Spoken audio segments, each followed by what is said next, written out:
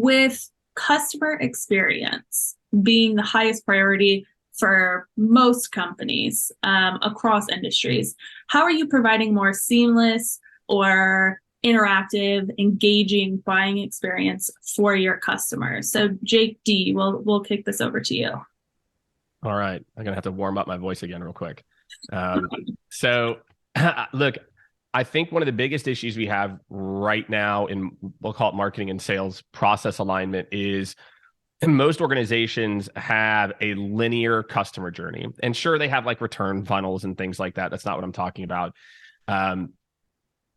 The sales process. So I hand a lead to this person does this with the lead, then they're supposed to do this with it. Then I have to enter these fields in CRM. Most organizations have a one-size-fits-all sales process. And I challenge many organizations to really think about, like, do most people have to go through the same steps? We live, if you think about what's happened in our B2C world, we all expect a personalized journey based on where we are at. And I'm not talking about like an intent funnel of like, I became a warm lead. I'm talking about like when I talk to sales, because one person, they might look cold on paper. They talk to sales. They're like, I've been in 3 Slack channels. I've already talked to 2 of your current customers. I've already done this. I've already done this. I need to talk to someone who can get me to ABC right now. There's so much dark social and different interactions that are happening that we can't track, that sales right now has to be able to triage people to either, okay, you're at the beginning stages, you've downloaded, you're trying to learn a little bit more. Here's my first set of conversations.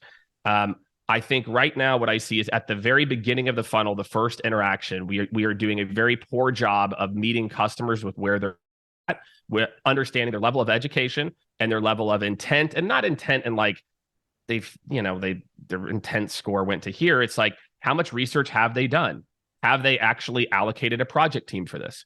And so, for any organization that is trying to step into what I think the future of sales and marketing and sales together will be in the years to come, we are going to have multiple sales processes to triage people quickly based on where they're at in their journey. Most people might even map a customer journey, but they map a customer journey.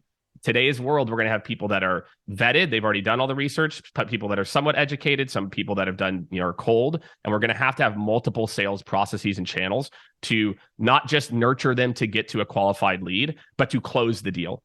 Because yes, you might have a sales cycle that's 24 months or whatever it is. I guarantee there are buyers that come in, they're like, let's go. Like, I don't need this. Give me a break, dude. I already know the cost. I've already been working with your competitor for 3 years. Like, can we just speed this up? And I want to learn asynchronously. Sales teams are terrible at educating asynchronously because they've been told I've got to hop on a call, and nobody's got time for that today. So I feel like we are still stuck in the blockbuster era of sales where, we're forcing people to come into a retail store, and we're going to be putting ourselves out of business in the next, 4 to 5 years. If we don't focus on speed and convenience for the customer and making sure that our processes are dialed in, to the way that they want to buy versus how we want to sell.